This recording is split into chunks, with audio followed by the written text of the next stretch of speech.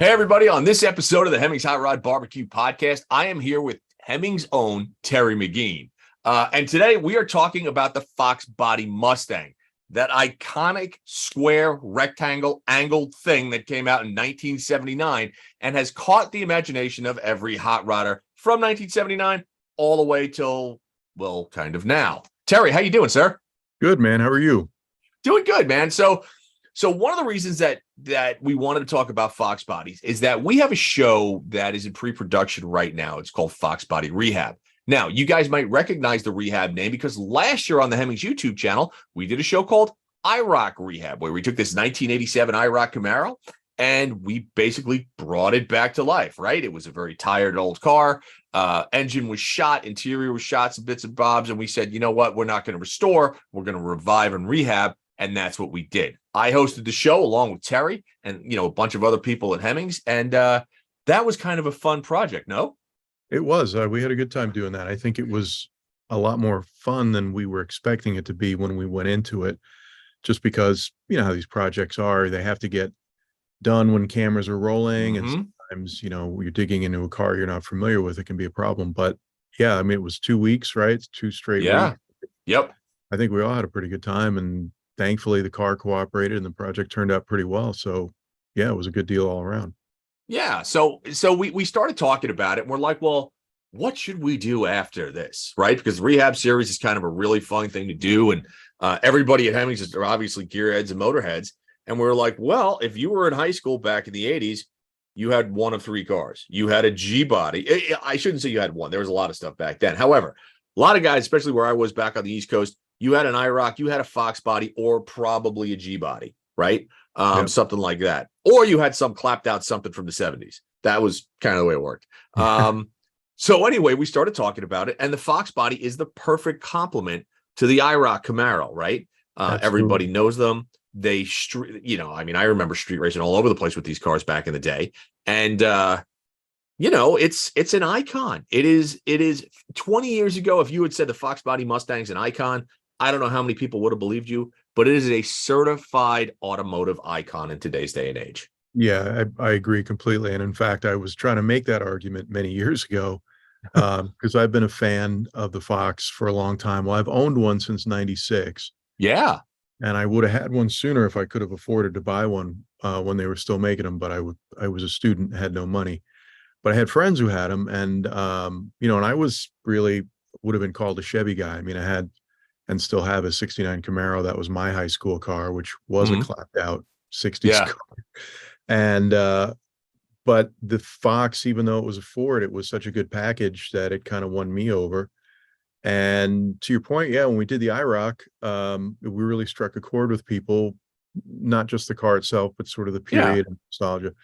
So doing a Fox seems like a natural follow-up to the IROC. And yeah, you're right. The Fox, I wrote an article one time saying that I felt the Fox was part of a lineage of performance cars from America that really fueled hot rodding. The 32 Ford is obviously one that really kicked off kind of what we would think of as modern hot rodding now. People were hot rodding cars before that, but you always think of the first V8.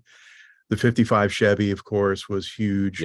And was huge in drag racing. And in the 60s, every guy was trying to find a 55 to build a crazy small block and go to the drag strip. First gen Camaro, another one that's pretty iconic with hot rod guys. And I really feel like the Fox Mustang was on that list. I mean, it just lent itself so readily to modification. It responded so well to modification. It reinvigorated grassroots drag racing.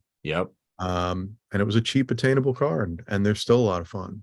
Yeah, and I think when the Fox bodies came out in 1979, I mean, the first one that I can ever remember was the 79 pace car, right? It was kind of that kind of lightest bronze with the orange, kind of and black stripes on them with the lower blacked out body cladding. It was a quad light.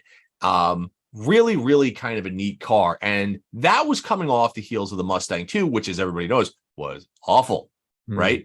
So, and when you talk about the Fox body platform, that platform was shared with so many other cars, right? So when people talk about Fox bodies, not only are they talking about the Mustang, but they're talking about the Mercury Capri. They're talking about the Ford LTD of that era. They're talking about, believe it or not, like a Mercury a Lincoln Mark 7, right? Mm-hmm. I mean, there's a lot of stuff that shares that platform. So when you hear Fox body, most people just think, okay, it's a Mustang.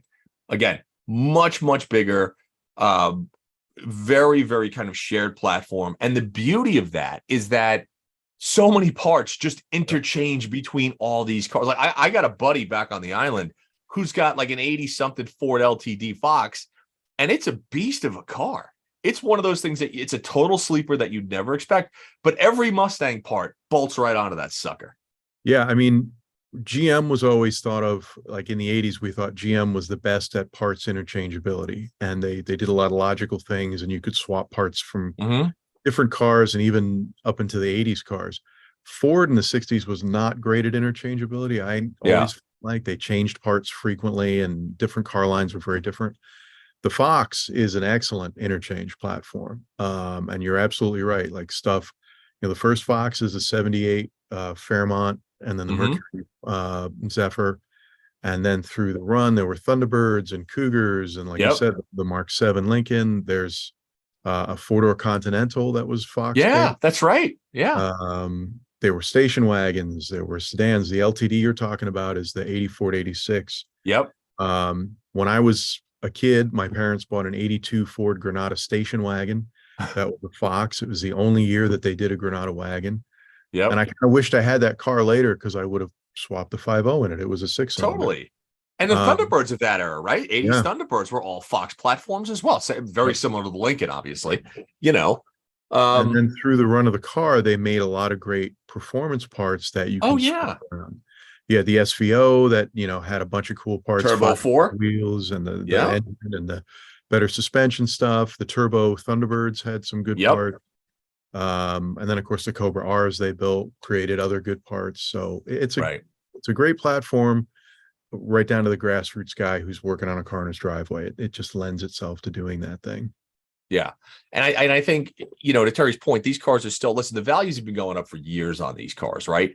To find a clean one, like a decent driver, you're paying a minimum of 10 grand and it's going to go up from there, right? These aren't stratosphere $100,000 cars, but a really clean, nice example will be in the 30s if you're going to look. Okay. So, kind of keep that in mind. However, for our use, last year when we did the IROC, the whole goal was to, like, the IROC was always more of a performance handling car, right? That's how Chevy marketed it. It was based off the, the International Race of Champions. That's what IROC stood for.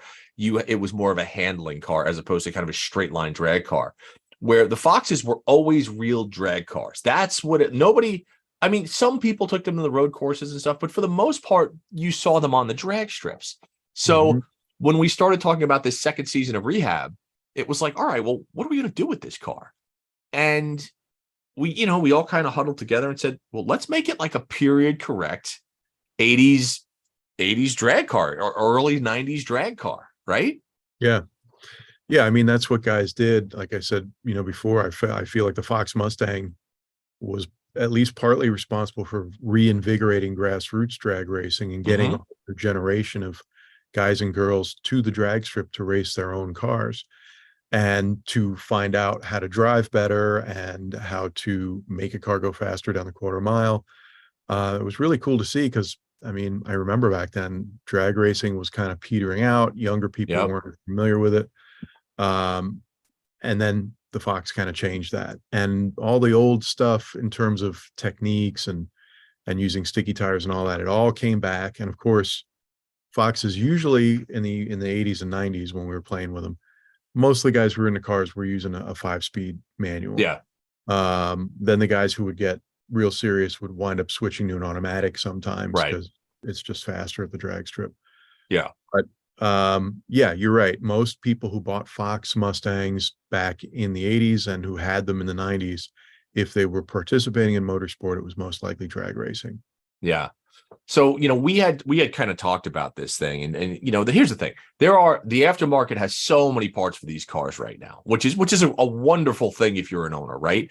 But finding a stock one now is almost impossible. And I think, in fact, Terry, yours is probably one of the most stock ones left. And yours still even has a couple of little bits and bobs on it. Yeah, and I even changed stuff on my car. I mean, it's got GT40P iron heads. It's got a Cobra intake. It's got shorty headers. I put the M2300K Cobra 93 Cobra R brake kit on it, that Motorsport sell. So yeah, even though it was almost completely stock when I bought it, it was only 2 years old when I bought it, but I couldn't resist and had to do some stuff. Of course, nothing. So that is the thing about a Fox body, right? The Fox bodies were the day two cars of the 80s because they were so easily modifiable. And like we said, they ran until 1993, had a long run, right? 15-year run or 14-year run, whatever it was. Yeah. But I said, for our purposes, where we took the IROC to more of a handling, this one we're going a little bit more drag race. Now, the motor that we put in the IROC, I think, wound up making about 380 horsepower and just around 400 pound-feet of torque. This is the small block 350 we got from Edelbrock. For the Mustang, the car that we're looking at right now, I think it's a 91 5-liter. It's an LX. It's an automatic car, and believe it or not, we did kind of look for an automatic because we want to do a little bit of drag racing with this thing. And as Terry mentioned, the serious guys, if you wanted to do drag racing, it's going to shift a little bit faster. Now, you could put all sorts of fun stuff. You do a B&M shifter with a shift kit. You can put a valve body. But I think from a looks perspective as well, skinnies on the front, fatties in the back, cowl hood, maybe a nice little blower under there would add a little oomph. Yeah, I think when we were kind of in brainstorming on this thing, some kind of centrifugal blower seems to make sense because that was kind of a new cutting edge thing back then, right, in the late 80s into the 90s, and it's still a very effective way to make power. And you can enjoy it all the time, where some stuff like nitrous you can really only use on a drag strip. Right. Turbos are obviously awesome, but a little harder to package. We can get a centrifugal belt driven blower kit and just bolt it on. Well, and the turbos weren't like super installs back in the day. You know what I mean? They weren't there yet. No, people who had turbos back then, that was pretty exotic stuff, and you would have to figure out your own system back then. Yeah. And you're right, like hardly anybody was doing that, I'll say. And the centrifugal blower thing was like, wow, this is fairly easy and works really well. And yeah, it was so common to see guys with, weld wheels, bigs, maybe ET streets or something like that. Later it was drag radials and skinnies up front, with usually either on the street, it would be usually like Volkswagen tires, right? Yeah. Guys who were more serious using them only the track would use front runners or something. Still a really effective way to go fast. The automatic thing, I think part of the deal with us finding this car too is, as you say, the prices are going up on these things. It's getting hard to find stock ones right now. To find a stock clean car that hasn't been messed with too much, it's most likely going to be an automatic, because that's right. Cars that people just kind of drove usually. Those were cruisers. Yeah. So that kind of has worked in our favor too. It would take very little arm twisting for me to be convinced that we should put a clutch pedal in it, but but I think we can make an automatic work pretty well in that car. And like you said, the aftermarket is right there. Everybody's figured this stuff out on these cars and then continue to improve it. So we can just use today's knowledge with yesterday's look and come up with a pretty cool car, I think. I agree with that. And I think at some point we're gonna, it wouldn't surprise me if after we do the Fox body and rehab, all of a sudden a G body pops up, right? Because that would kind of make sense. And then maybe we do something, I don't know, like a mullet challenge or some fun thing like that, right? Get them all together and have a little track battle. But I think the cool part about the Fox that I really, really love, I think everybody has a favorite Fox model, especially when you do talk about Mustangs. Like my all-time favorite Fox, I love the SVO Fox Body Mustang. I think that is such a great, fabulous looking car. A lot of people don't agree with me. They're like, you're out of your mind. But it was a very European looking car when it came out. It had these manhole style cover wheels that were similar to that of the Porsche 928. It had this split spoiler in the back that was similar to like the bi-wing, that was similar to like a European Escort, right? Ford Escort at the time. Yep. An off-center hood scoop for the turbo for the intake. Great dash, Recaro seat. It was just a very cool car that. And as opposed to kind of a dual exhaust out back, it had twin tips, but only I think they were on the right side, if I'm not mistaken. They were, I think, for 84 and 5. I think in 86 they moved them one on each side, like a regular. Okay, I think I'm remembering that right. 86 is like the oddball. 86, I think, is the only one that got the flush-mounted headlamps and stuff like that. But you're right. I remember when they were new and they were really cool. They never sold real well. And of course, the big reason for that, I think, is because they were a lot more expensive than a Mustang GT. Right. I mean, it was like another $5,000 to get an SVO. Right. I think a GT would be around 12 and an SVO would be 18-ish, 17, 18. Yeah. If I'm remembering right. They were pricey, but they had a lot more gear. You got 4-wheel disc brakes, those 5-lug. They were 16-inch wheels, if I'm remembering right. Yep. They had adjustable dampers, I think. And that I don't remember, but I remember the first time seeing one and I was like, what the hell is that? Yeah. And it was different. And you could tell at that point that, the Fox had been around for a while and Ford was trying to evolve the car. They were trying to evolve the Mustang. Right. And it was just, to me, it was just like, if I were to buy a Fox, there are two that I would buy. Everybody wants an LX notchback 5-liter manual. That's like the grail. I know that's what you got, Tara. Everybody wants one. I really love the SVO. I think that's probably one of my favorites.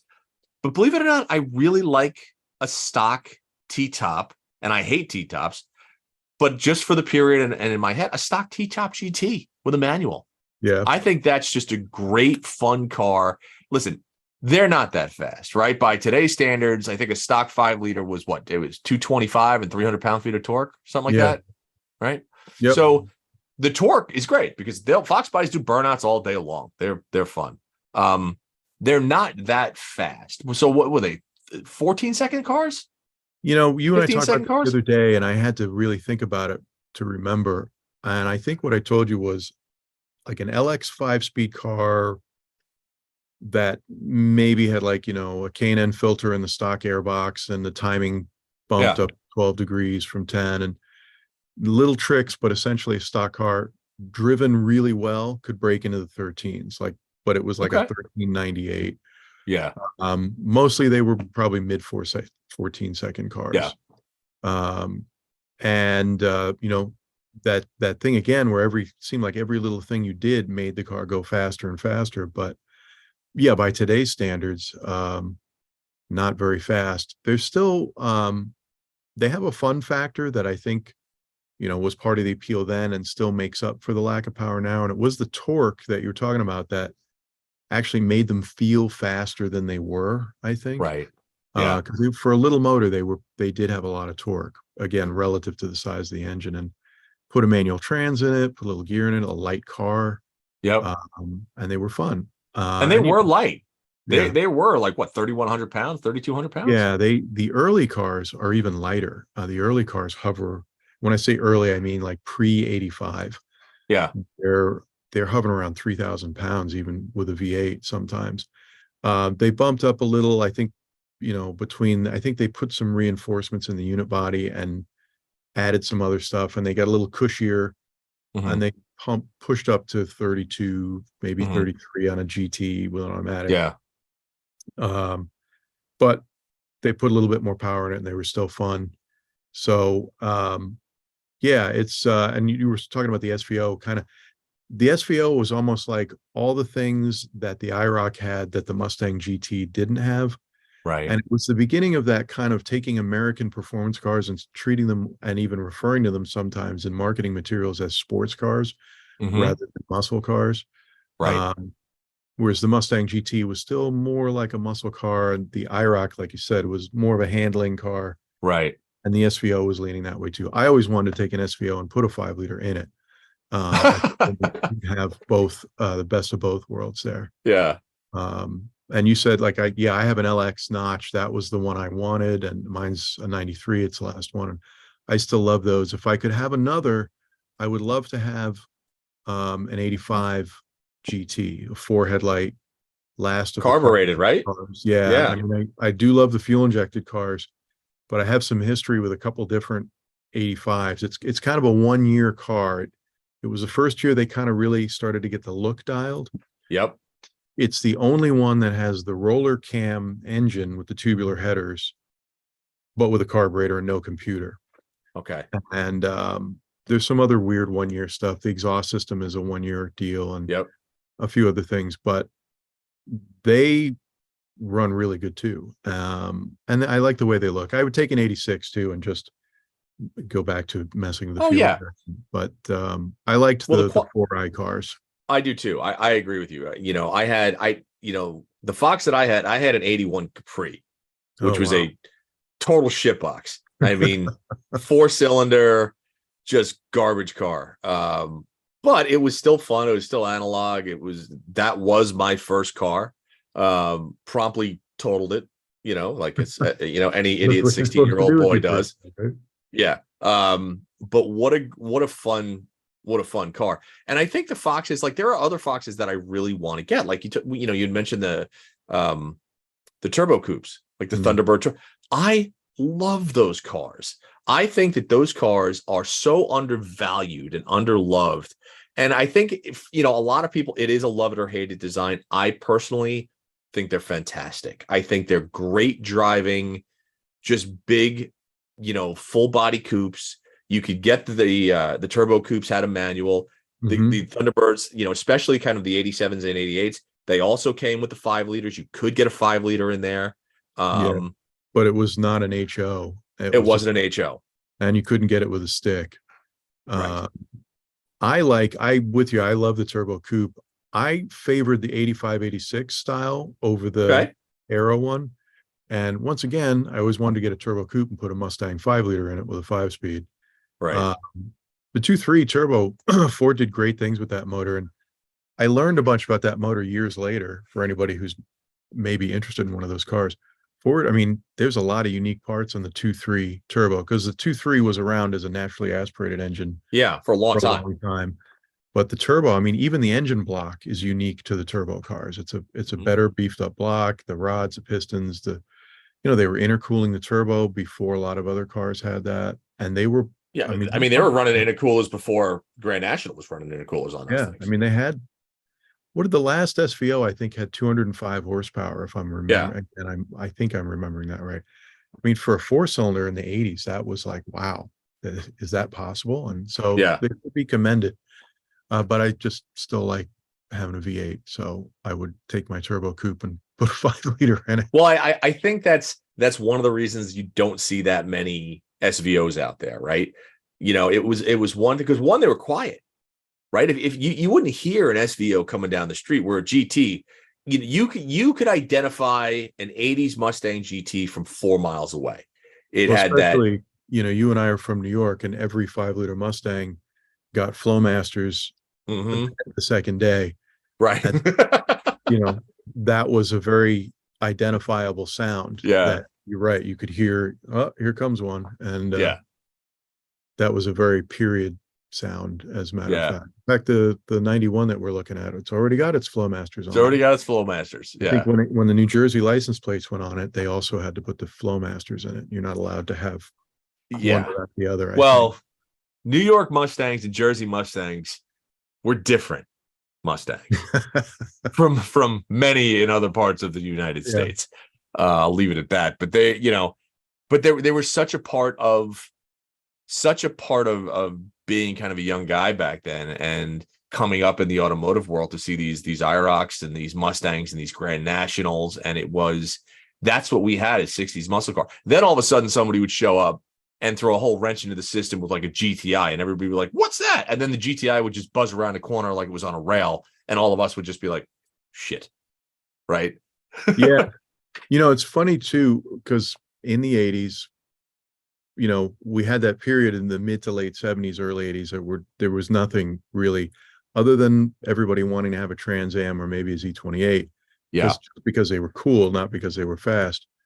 There really wasn't anything. And so there we were in the mid 80s in New York and, the Rust Belt, trying to piece together these 60s Yeah. cars. And one thing I do remember that you just reminded me of is like when 85 is when the 5-liter Mustang really started to come into its own. Yeah. And that is when guys started showing up with them. And all of us started to realize, hey, wait a minute, maybe there's a car that is what we want. That's a brand new car. And I don't have to fix and restore a car Right. and get to making it go fast. Right. And I actually had friends, I was getting out of high school and going to college, and friends of mine who were going to work. I still remember my one friend who is still a friend of mine today. He was a total Mopar guy, and he was a hands-on guy. He's still a mechanic to this day. His dream upon graduating high school was he was going to go buy a Roadrunner. And this is like 1986. Yeah. He went to work in a garage. Somebody came in with an 86 Mustang GT. He took it on a test drive, and like his whole world shifted. Yeah. And he went out. I came home from college. I stopped by the place he worked to see him. And I still remember there's a bright red LX notchback sitting out front. And this is when there were not a lot of those around. This was like 87. Yeah. And I was like, whose Mustang is that? He's like, that's mine.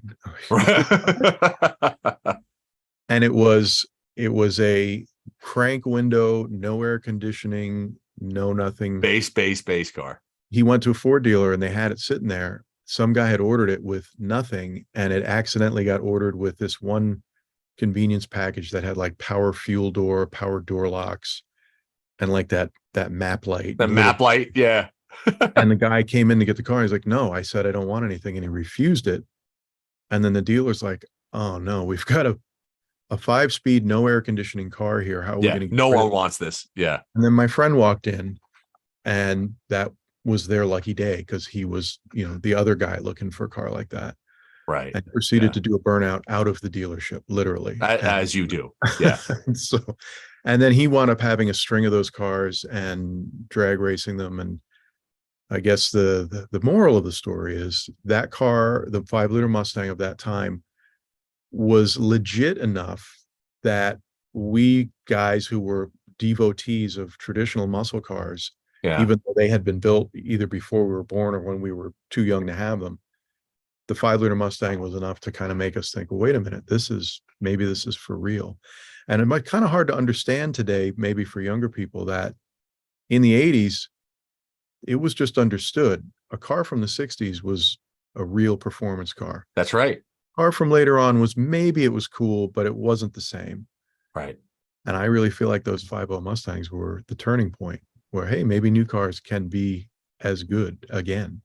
Yeah. Well, I totally agree with that. I think that every now and then you have a car that comes out and that kind of turns that, kind of like, we'll say, the muscle car world on its head, and people just go, Jesus Christ, like, why are we messing with this old stuff? Right.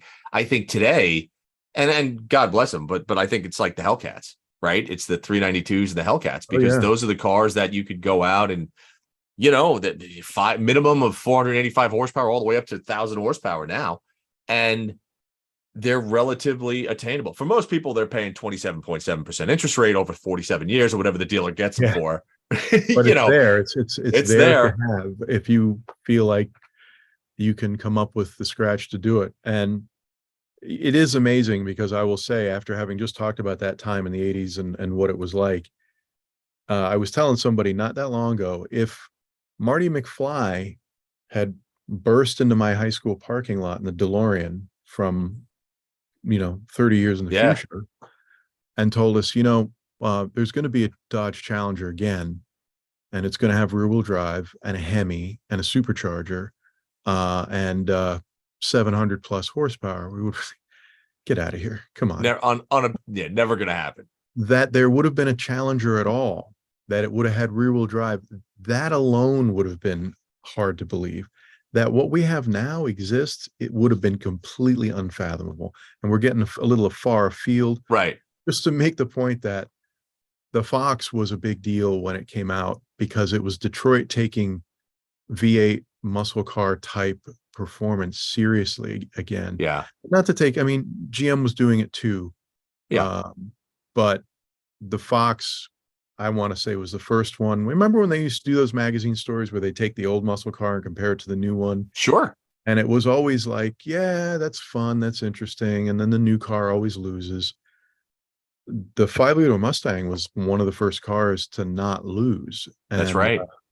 one of the Mustang books did a compilation. They did a chart, and it's out on the internet somewhere, I know, with every performance Mustang ever made. And this was done in probably circa 1990.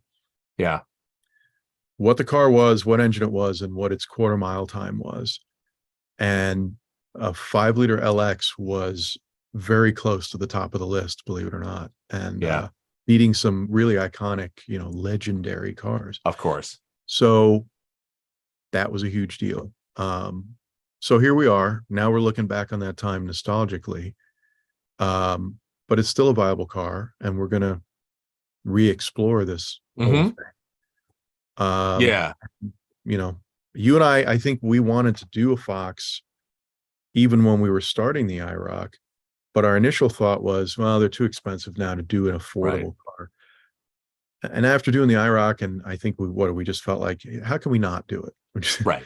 We're just right. come up with a little bit more money and find a car. So yeah, but that led us into the Fox, which will probably lead us into a G body, but like a Monty or a GN or something like that. But I'm totally down with that, because again, you and I both being native New Yorkers, the G body was like the official staff car of New York. Give me a Monty SS all day, Mm-hmm. And again, it's one of those things where they're just so iconic. And again, you go through these periods, like the 80s was that one period, 90s and early 2000s. Yes, the cars, of course they got better. Of course they got faster. Of course they handled better, but they didn't flip the switch and rewrite the book like the Fox did. And I think you're absolutely right. I think the car is an icon. I think that all the Fox body platforms share that DNA that people can buy, get into, and really kind of exploit and have fun with. By today's standards, in a world of cheap cars starting in the high 30s and low 40s, a beautiful Fox body of any genre, whether it's a Ford, a Lincoln, or a whatever, or Mercury, is still a great investment. It's still a car that you can go out, you can attain, you can have fun with, you can modify. It's still analog. Are they ever going to be Hellcat fast? No, they're just not. Not without a pretty significant investment. Yeah, exactly. But you know what? Getting 400 horsepower out of a 5-liter, like I said, I think we're kind of targeting that number, right? In a 3,000-pound car. 3,000-pound car. That's a lot of grunt for a 3,000-pound car. So, and I think the other part was, when Terry and I first started talking about this, we want to keep it power-wise similar to what the IROC was, right? And again, the IROC, I think, 380 or 400 horsepower, similar torque numbers. We want to do the same with the Fox. We replaced the engine on the IROC because the IROC tossed a rod bearing. But the Mustang, the stock 5-liter, if it runs good, we're gonna hang on to it. We're gonna improve upon that and really kind of do changes to that car that would be befitting of a late 80s, early 90s kind of day 2 or day 3 Fox body build. So yeah, should be fun. Hoping not to have to change the engine. And in a Fox, from 85 on, I think from 85 to 91 model years, they all came with forged pistons, all the HO engines. And they kind of got legendary back then because as people did more and more stuff to them, some of it inadvisable, like, copious amounts of nitrous or, too much boost, they just didn't break. So if this car is as healthy as we think it is, there should be no reason that we have to replace the engine. And I think we're going to avoid even going in there and just put stuff on the outside. And hopefully it goes well, because again, those motors were really tough. This is a 91, so it should have a forged piston motor in it. Yeah, I think it'll be fun. And I think, we're in pre-production stage of this right now. We're going to be filming it over the summer. You guys will probably end up seeing it fourth quarter of 2023, which will be a lot of fun. You have to look for that on our YouTube channel. But here's the other thing. If you have any questions about, Fox Body Mustangs or IROCs or anything like that, and you're watching this on YouTube, leave a comment, leave a question. We will get back to you. We will answer it, and also in those comments, let us know if you have a subject matter that you kind of want to hear on the podcast, let us know. I mean, Terry and I will talk about it. We'll, bring stuff up. We'll have a guest that specializes in on that subject. And obviously if you are looking for your Fox Body, go to our marketplace, go to our auction, go to Hemmings.com and check it all out. Otherwise, Terry, we got anything else on Fox Bodies? I mean, this was kind of a general overview show as opposed to a deep dive into model specific. Oh, yeah. I mean, if you get me really wound up, we could just go on and on and on. So we should probably save that for other times. But I think this is going to be good. We'll, like you always do with one of these projects, we'll learn some more stuff. We're probably going to find some stuff that this car maybe has that isn't quite right, and we'll just tackle it like we did on the IROC, and we'll maybe learn some stuff. And I don't know, I'm kind of hoping to have kind of a nostalgia trip behind the wheel too when we get this thing kind of dialed where we want it. So yeah, same here. So Terry, thanks as always for coming back on, having a little fun talking about Mustangs. And folks, that's it. Like I said, go to the website, leave a comment on YouTube, and we will see you next time on the Hot Rod Barbecue. Thanks for listening, folks. And again, please subscribe to the Hot Rod Barbecue podcast. If you're on Spotify, check us out there. Subscribe to it on iTunes. And if you are going to go to YouTube, make sure you go to the Hot Rod Barbecue podcast and hit that subscribe button, and we'll come to you every week.